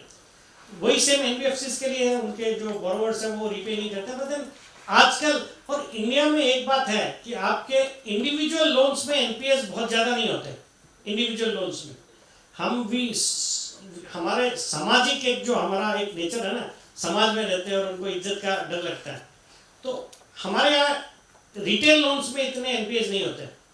कॉर्पोरेट लोन्स में होते थे, उसको एड्रेस कर दिया सरकार ने, उसको सरकार ने एड्रेस कर दिया। That's why banks are having a great time today. एक बात और, जब आप कोई देखिए, मैं हमेशा एक बात और बोलता हूँ कि बाजार में, इस बाजार में वेल्थ क्रिएट करने के लिए it's only 10% that you identify a good stock. Identifying a good idea, good stock is only 10% of successful investing. Only 10%. The balance 90% is staying invested with that stock for longer period of time. And उसका एक और criteria जो देखना चाहिए, being a chartered accountant you would be able to do that, कि जब कोई company, जो मैं करता हूँ, मैं देखता हूँ कि जब कोई कंपनी एक तो अपना जो बिजनेस एक्सपेंशन कर रही है वो ज़्यादातर इंटरनल एक्रूवल से कर रही है, मतलब कैश फ्लो जनरेशन होता है, उसी से वो एक्सपेंशन कर पाती है, दैट्स गुड। प्लस जो इंक्रीमेंटल इन्वेस्टमेंट में जो रिटर्न ऑन कैपिटल है, जो return which they generate has to be always more और better than the cost of capital, then only you will be able to generate that alpha which is needed to grow big. आप project लगा रहे हो जिससे आप कमाओगे 12% और आपका cost of capital है 15%, तो आप तो नुकसान करने वाले हो। इससे अच्छा तो you give your funds to the shareholders, let them do what they like. तो वो चीज देखने के बाद देन आपको जो ऐसा कर रही है कंपनी, उसमें एक लंबी पीरियड के लिए इन्वेस्टेड रहोगे तो ही वेल्थ जनरेट होगा। सो इट्स ओनली 10% जो हम ज़्यादा दिमाग लगाता है ना कि कौन से स्टॉक में करें, कौन से में नहीं करें। आपने स्टॉक आइडेंटिफाई कर लिया, वो ठीक, लेकिन उसमें बने रहने से पैसा बनेगा। मतलब देर आप पिछले 1 साल में भी देखोगे, I meet so many people around जिन्होंने बहुत अच्छा स्टॉक बहुत अच्छे लेवल्स पे ले लिया। जैसे मैंने कई बार टीवी पे कई सारे स्टॉक्स बताता हूँ, जो मुझे फॉलो करते हैं उनको पता होगा कि कई सारे stocks which have given you 4 times 3 times over the last 1 year। मतलब अगर वो रेलवे और डिफेंस के स्टॉक है तो डेफिनेटली दिया है, और वो आज भी मतलब उसमें वो लोगों के पास रहता नहीं है। अभी एचबीएल पावर मैनेजमेंट, ये ओडिशा में एक्सीडेंट हुआ था बालासोर में, if you all remember, that was on I think 2nd of June, 2 जून इसलिए भी याद रहता है कि हमारे अनिल सिंह जी का बर्थडे है वो, ठीक है, and that was a Friday. फिर आपके वो एक्सीडेंट हो गया, 3rd 4th was Saturday Sunday, I was at home. तो मैं मेरे बेटे who is also done his CA recently and he is also done his CFA, तो ऐसे ही डिस्कस कर रहा था। तो although it was a very unfortunate incident जो होना नहीं चाहिए, बट ऐसे इंसिडेंट से भी आप थोड़ा अलग हटके सोचोगे तो you will find ideas to create to make money. यार कौन सी कंपनी है which is into railway safeties, क्योंकि जिस हिसाब का वो माहौल बन गया, रेलवे मिनिस्टर वहाँ जाके सब कर रहे हैं, और इंडिया नीडेड की to revamp its railway safety systems. तो एक कंपनी over the weekend I found out one company जिसको मैंने मंडे मॉर्निंग को, but I am not the only one who is thinking on those lines, तो Monday morning को वो stock जो फ्राइडे को 110 पे बंद हुआ था वो 121 पे खुला, मतलब which is a gain of already 10% और सो। बट उसमें भी वो अपॉर्चुनिटी इतनी बड़ी लग रही थी कि मैंने, हालांकि मैं 10% बढ़ा हुआ स्टॉक तो रिकमेंड करता नहीं ज़्यादातर उस दिन, तो मैंने उस दिन उसको एक बोल्ड कॉल दिया था। HBL power was the name of the stock, HBL power that makes कवच फॉर इंडियन रेलवेज। कवच जो इनका एंटी कोलिजन अवॉइडेंस सिस्टम जो लंबा चौड़ा नाम है उसको कवच बोलते हैं, वो कवच की टेक्नोलॉजी उनके, it's an approved supply to Indian railways. 121 के लेवल पे उस दिन रेकमेंड किया, आज वो 450 का भाव है जून से लेके वेयर इन दिसंबर। वो 5 जून की बात है, आप अगर यूट्यूब पे देखोगे और आप ट्विटर पे देखोगे तो मिलेगा आपको। तो 121 वाला आज 450 रुपया, लेकिन क्या है, लोगों से मिलते हैं, बोले आपने सही बोला था, हमने तो 200 में बेच दिया, 200 में बेच दिया। अब प्रॉब्लम हमारे जो रिटेल इन्वेस्टर्स के साथ सबसे बड़ी प्रॉब्लम है, टेक इट, मैं थोड़ा ब्लंट होऊंगा बट वही है कि हमारे रिटेल इन्वेस्टर्स का पोर्टफोलियो कभी भी बाई चॉइस बनता ही नहीं है, बाई चॉइस कभी नहीं बनता। आपको मैंने अभी 4 स्टॉक्स बता दिए, आपने सुन लिया, जिसमें प्रॉफिट कितना 10%, 20%, 25%, 50% प्रॉफिट होता है। आपने 50% तो बहुत दूर हो गया, उतना पेशेंस होता ही नहीं है। आप जिसमें प्रॉफिट हो गया वो बुक कर लेते हैं। जो लॉस वाले स्टॉक्स है, जो कभी चलने वाले ही नहीं है, गलती सबसे होती है, मेरे से भी होती है, आपसे भी होती है। जो स्टॉक गलती से आपने खरीद लिया और जो चले नहीं है, जिसमें लॉस हो रहा है, 31 मार्च को जो बैलेंस शीट बनती है उसमें वही आपका पोर्टफोलियो है। होता है कि नहीं ऐसे? यही होता है। That is the reason why wealth create नहीं होता, कि आपका जो at the end of the financial year जो पोर्टफोलियो बनता है वो सिर्फ उन्हीं स्टॉक्स का रह जाता है जिसमें आपके नुकसान हो रहा था। And since you do not have the courage to book losses, they are still there in your portfolio and they are in losses because they were not good companies.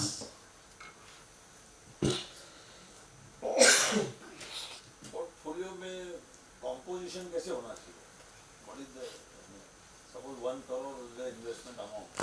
What is the portfolio sector wise? नहीं, sector wise तो देखिए, एक तो आपका अगर suppose 1 crore का portfolio है तो लोग, काफी लोगों का अलग व्यू होता है, but I do not believe in very big diversification. तो ज्यादा डाइवर्सिफाइड नहीं रखना, देन तो आप you would do better staying invested in a Nifty और अ सेंसेक्स। अगर ज्यादा डाइवर्सिफाई करोगे, आमतौर पे आप 5 to 10% एक स्टॉक में डालो ऑफ योर पोर्टफोलियो। मतलब अगर 1 करोड़ का आपका पोर्टफोलियो है तो आपके पास 10 से 15 स्टॉक ही होने चाहिए, 10 से 15 स्टॉक। एकदम कंसंट्रेशन करेंगे तो रिस्क ज्यादा बढ़ जाता है, because anything could go wrong with any company. कभी गवर्नमेंट पॉलिसीज चेंज होते हैं, सिंगल प्रोमोटर है, प्रोमोटर को कुछ हो गया तो भी प्रॉब्लम है, तो कुछ भी हो सकता है। तो आप ज़्यादा कंसंट्रेशन भी नहीं चाहिए, ज़्यादा डाइवर्सिफिकेशन भी नहीं चाहिए, रीजनेबली डाइवर्सिफाइड पोर्टफोलियो। फिर आप थोड़ा सेक्टर आप कर सकते हैं, जैसे आपको अभी मैंने 5-6 सेक्टर्स बताए जिसपे मैं बुलिश हूँ। एक तो आप कर सकते हो कि अगर 5 ही सेक्टर है तो आपने 20-20% करके 5 सेक्टर में डाल दिया, बट आपको ही विद इन दोज सेक्टर्स आपको एट एनी वैल्यूएशन के लिहाज से लगता है कि जैसे बैंक्स चले नहीं है, बैंक्स चले नहीं है, वहाँ पे रिस्क कम है, तो आपने सोचा, और banks are certainly going to do well, तो आपने लगा कि भाई 30% बैंक्स में डालते हैं, 20% आप फर्ज करो आईटी में डालते हैं, इंफ्रास्ट्रक्चर में डालते हैं, मैन्युफैक्चरिंग में डालते हैं। तो ऐसे करके फिर आप विद इन सेक्टर्स आप कंपनीज भी a mix of large caps and small caps, large caps and mid caps आप कर सकते हो। तो इस तरीके से आमतौर पे we would suggest कि you should create a portfolio। और आपके चैनल में तो रोज ही आप नया स्किल बताते हो। नहीं वो देखिए चैनल पे बताते, एक तो क्या है शॉर्ट टर्म, वहाँ पे तो मैं शॉर्ट टर्म पिक्स की बात करता हूँ। आप यहाँ पे अभी मैं यहाँ पे बोल रहा हूँ कि आपको ट्रेडिंग करनी नहीं है, आपको तो लॉन्ग टर्म इन्वेस्टमेंट करना है, लेकिन वहाँ तो शॉर्ट टर्म, बिकॉज वो रिक्वायरमेंट है। आपको जो चाहिए हमको तो देना है, आपको हमारे पास बुफे है, आपको खाना है हलवा तो हम तो हलवा दे देंगे। आप डायबिटीज होते हुए भी हलवा खाना तो दे दीजिए, हम क्या करें। इंडस्ट्री का आपने बताया फ्यूचर है। नहीं IT also looks good। जैसे मैंने बोला कि एक तो IT is dependent on global economy, ठीक है ना। आज जब हम बात करें तो ज़्यादातर हमको इंडिया की इकोनॉमी कैसे करेगी और क्यों करेगी, और IT का आज की डेट में सर्विसेज का सबसे मेजर कंट्रीब्यूशन है in India's GDP। We have 52% share of services in our GDP। IT और अब जब पिछले समझ लो आप 3-4 साल से परफॉर्म नहीं किया, अगर आप देखो तो आप बड़े वाले IT स्टॉक्स में तो पैसा बना ही नहीं है। तो IT चूंकि अब अमेरिका में इंटरेस्ट रेट कम होने वाले हैं, वहां पे भी growth could be back on track, उसको देखते हुए प्लस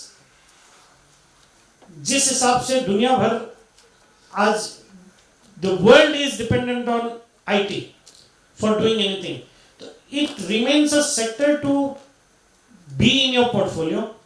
बट चूंकि हम ये देखते हैं ना कि again I will say the same thing कि कैपिटल इज लिमिटेड, आपको जो घोड़ा ज्यादा स्पीड देना है उसमें दाव लगाना, आप सब घोड़े पे तो नहीं बैठ सकते, उस लिहाज से थोड़ा वो हो सकता है। But IT looks good, IT is a good sector.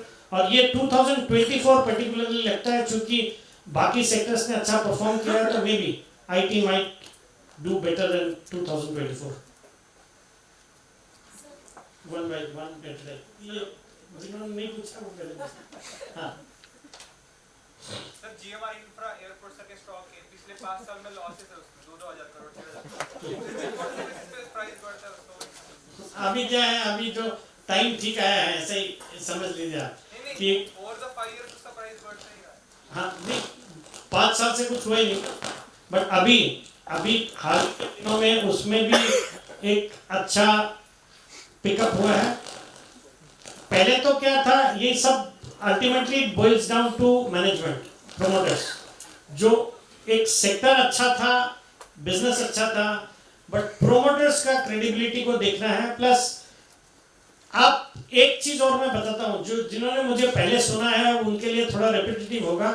मैं हमेशा हर फोरम में एक बात बोलता हूं कि आपका काम 90% काम तो कंपनी सिलेक्शन का ऐसे ही कंप्लीट हो जाता है। आप 3 वर्ड्स याद रखो, 3 अल्फाबेट जो मैंने कॉइन किया है, PDC।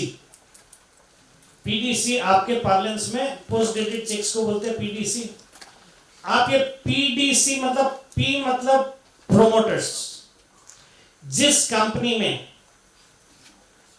प्रोमोटर्स अच्छे हो या प्रोमोटर्स की होल्डिंग अच्छी हो, कि मतलब एक साइजेबल होल्डिंग प्रोमोटर्स रखते हैं और प्रोमोटर्स का प्लेज नहीं हो या कम से कम हो, वो कंपनी को आपको कंसीडर करना। मतलब लुक फॉर कंपनीज जो मैं ये बता रहा हूं। दूसरा D would stand for debt. जिस कंपनी में लेवरेज बहुत ज्यादा है, जैसे GMR इंफ्रा जो वो बात कर रहे हैं ना, वो it's highly leverage company it used to be. तो जिस कंपनी में बहुत ज्यादा डेट हो, लेवरेज हो, उसको अवॉइड करना है। पहला हो गया प्रोमोटर्स का प्लेज ज्यादा हो, उसको अवॉइड करना है, डेट को अवॉइड करना है। And C for corporate governance issues. जो कॉर्पोरेट गवर्नेंस के इश्यूज है जिस कंपनी में, मतलब आपके ऑडिटर बार बार चेंज हो रहा है, ऑडिटर रिजाइन कर रहा है, इंटर कॉर्पोरेट ट्रांसफर है, पर्सनल यूज के लिए हेलीकॉप्टर खरीद लिया कंपनी के पैसे से, इस तरह की जो कंपनीज है, इन 3 चीज को आपको अवॉइड करना है। तो आपकी जो लिस्ट है वो अपने आप 80% छट जाएगी। डेट इसलिए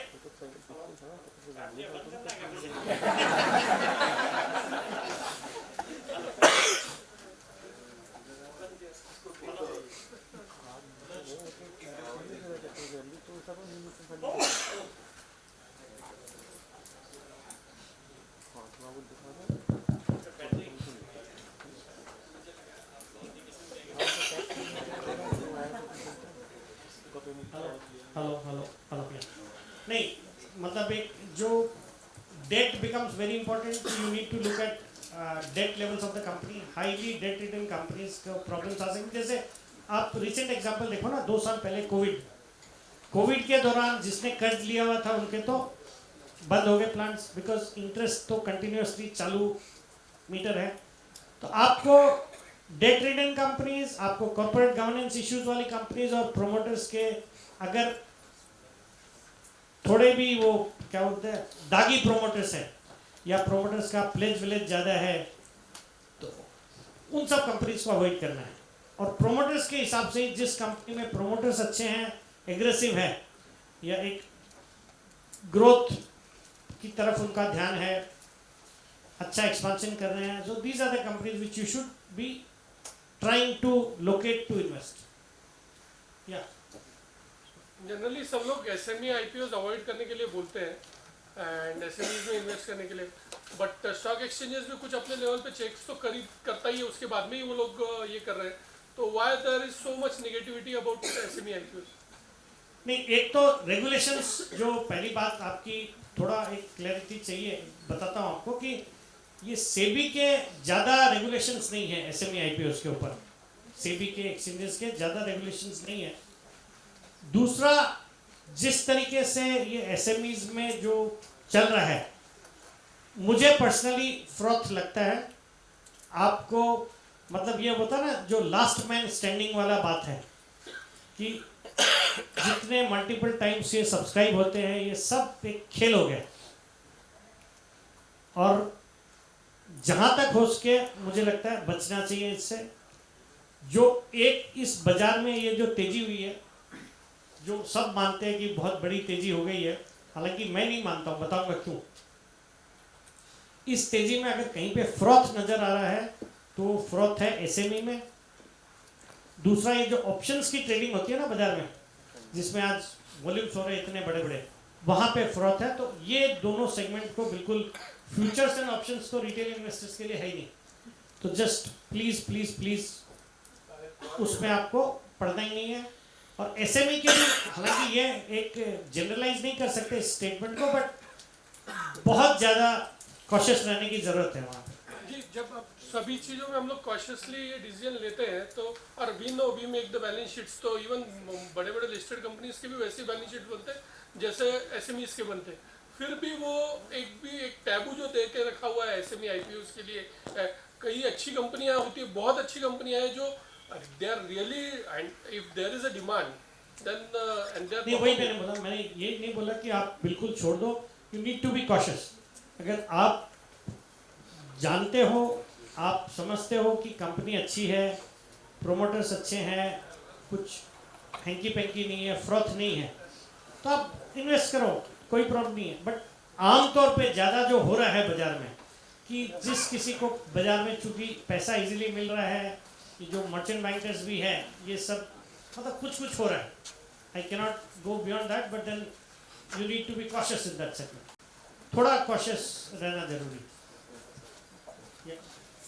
अगर किसी कंपनी का इंफॉर्मेशन चाहिए, एनालिसिस करना है, लाइक आपने PDC को बोला, तो PDC जब भी 3 ये दिया आपने, तो which is the reliable source of information, कि कहाँ से ये सब प्रमोटर्स का इंफॉर्मेशन कलेक्ट करना है, क्योंकि गूगल पे, यूट्यूब पे वो कितना रिलायबल होता है वो पता नहीं चलता.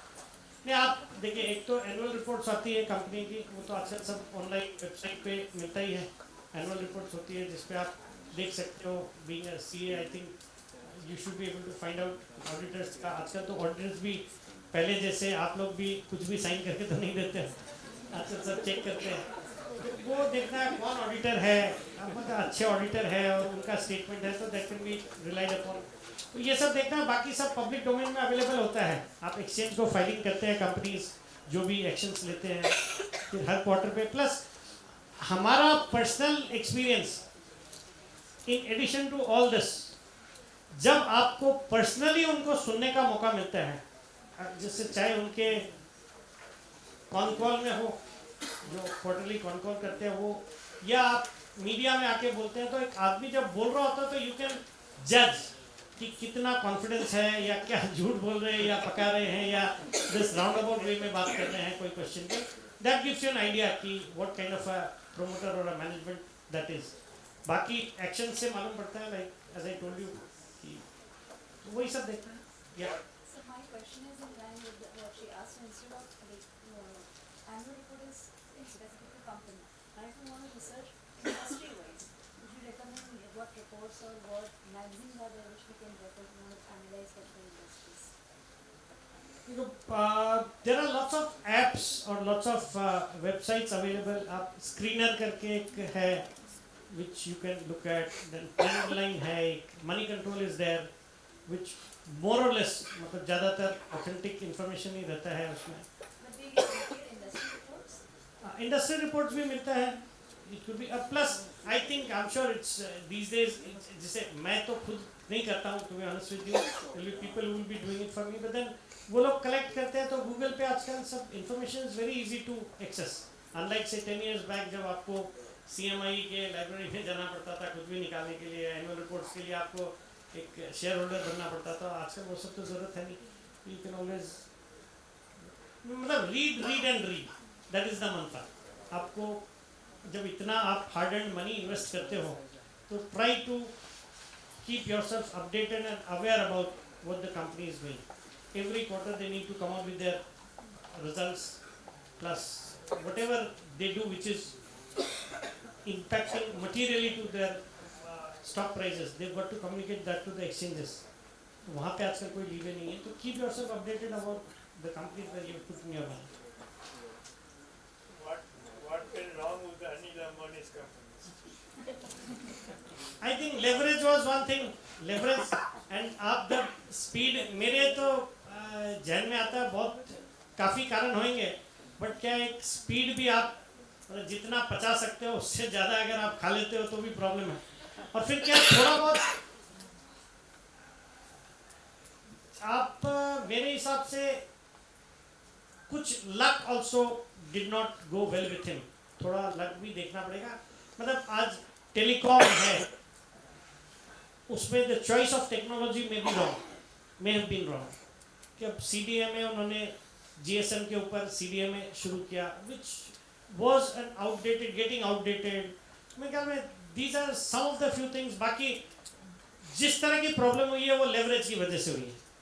लेवरेज की वजह से. Ultimately, he has been purchased, no? That Sorry? Ambani has been bought that, you know, all the portfolio of the. उन्हें वो मरने के बाद उनको तो just खाली just But who is loser in this? Public only, retail investors. public plus he himself also lost. He was once He has one. bought only for 1%. Sorry? 1% only amount he has been paid. हाँ वो तो NCLT वगैरह में जो गया है उसके बाद. But then what I'm saying is कि whatever happened with the group, आपको YouTube पे जब क्लिक करोगे तो आपको सब डिटेल्स आएगा, हिस्ट्री जो भी है. I don't remember exactly how things went. But then the biggest problem was leverage, and इसके कारण से millions of shareholders who had invested in his companies, they've lost. He himself has lost. He was once among the top 10 wealthiest people in the world. Look at where he is today. So he has also suffered. Do you look about the Tata Technologies? It's a great company, great stock to be in. हालांकि इतना ही है कि IPO चूंकि 500 में आया तो आपको 1200 में थोड़ा एक्सपेंसिव लगता होगा, और 1400 से 1200 आया जिसने 1400 में ले लिया उनको थोड़ा सस्ता लगता होगा. बट देन अगर आप 3 to 5 years का पर्सपेक्टिव है, I am sure this will give you very good returns. It's in a good space.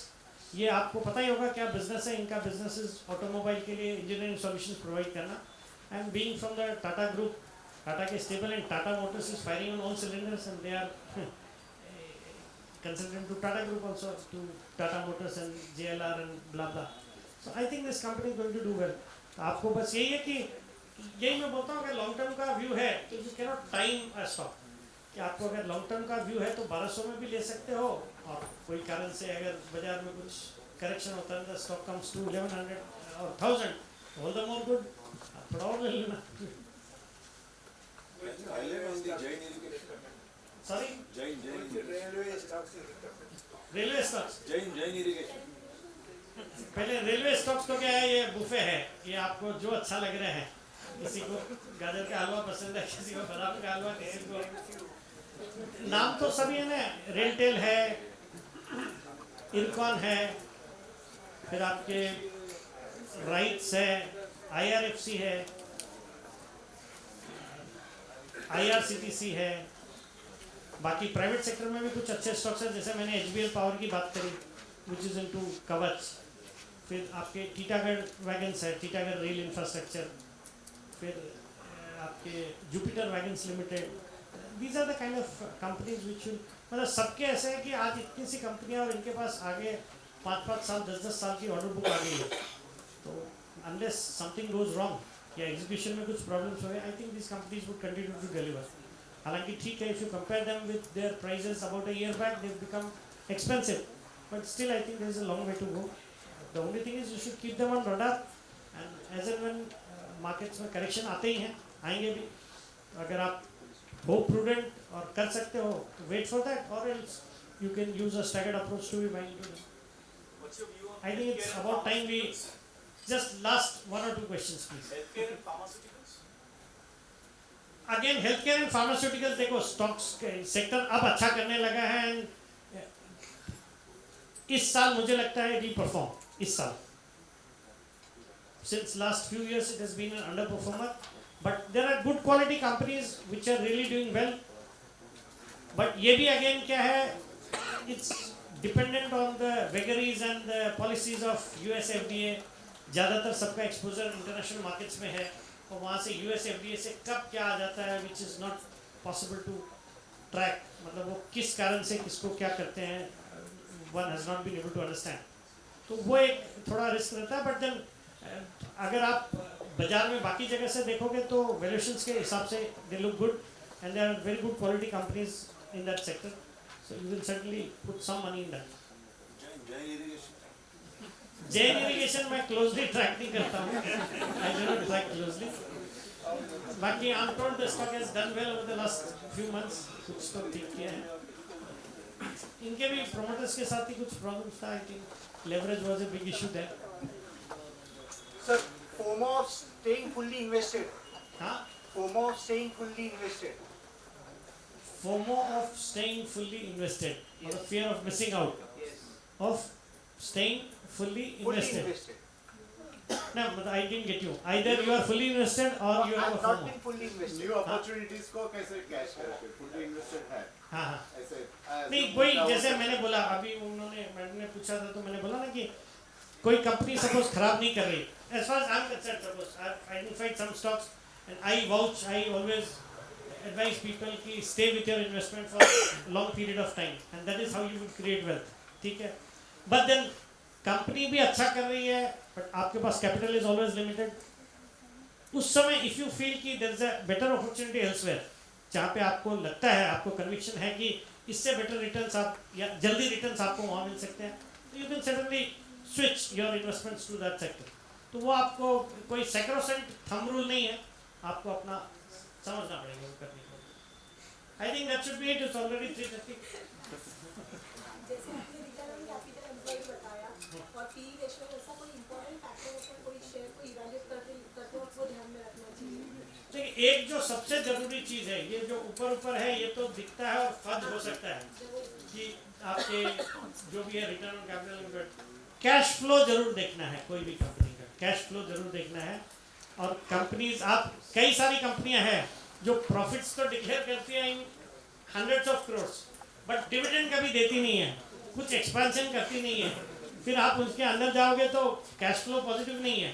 तो ये सब जो चीज़ें हैं इनको भी देखना है, अपार्ट फ्रॉम जो प्राइस अर्निंग्स मल्टीपल. और price earnings multiple is always relative. It's एक तो इंडस्ट्री स्पेसिफिक होता है. आप आज कोई भी एफएमसीजी कंपनीज को अगर मेटल वाले प्राइस अर्निंग्स को, वो तो इस जन्म में आने वाले नहीं है. Hindustan Lever at a multiple of 10 you will never get. वो तो 50-60 पे है तो वही रहने वाला है. या न्यू एज कंपनीज, उनका मल्टीपल ही नहीं होता, but still Zomato looks good. आप सबसे सुनते हो, मेरे से भी पूछते, थोड़ा और ग्रिल करते हैं तो मैं बोलता जोमेटो लुक्स गुड. फिर बोलते हो तो वैल्यूएशन तो कुछ दिखता ही नहीं है, प्रॉफिट में ही नहीं है. तो वो P is always relative plus futuristic, depending on what kind of earnings you are expecting over the next say few years, उस हिसाब से है.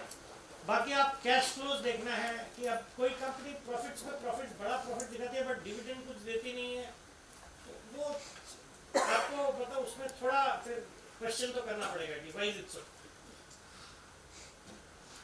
ठीक है, that's it. So thank you so much. The one thing which we should put from here is the sure shot multi-bagger idea which I was talking about. Bet on India. Do not miss this opportunity. We are all lucky to be in India at this time, and we are just on the cusp of exponential growth over the next 5 to 10 years. So stay bullish and invest in India. और जो नहीं कर रहे हैं वो आपके शुरू कर दीजिए, भले SIP करो, indirect करो, म्यूचुअल फंड से करो, जो करना है करो, but participate in this once in a lifetime growth opportunity which India is going to witness over the next 5 to 10 years. Thank you, thanks a lot. Thank you so much, sir. It was really an honor to listen to you. और बैठ के ऐसा लगा कि काफी पैसा हम बना सकते हैं in 1.5 hours. So the session. जो मैं बोलना चाह रहा हूँ कि मुझे सुन के ऐसे मत करना, कल घर बार बेच के सब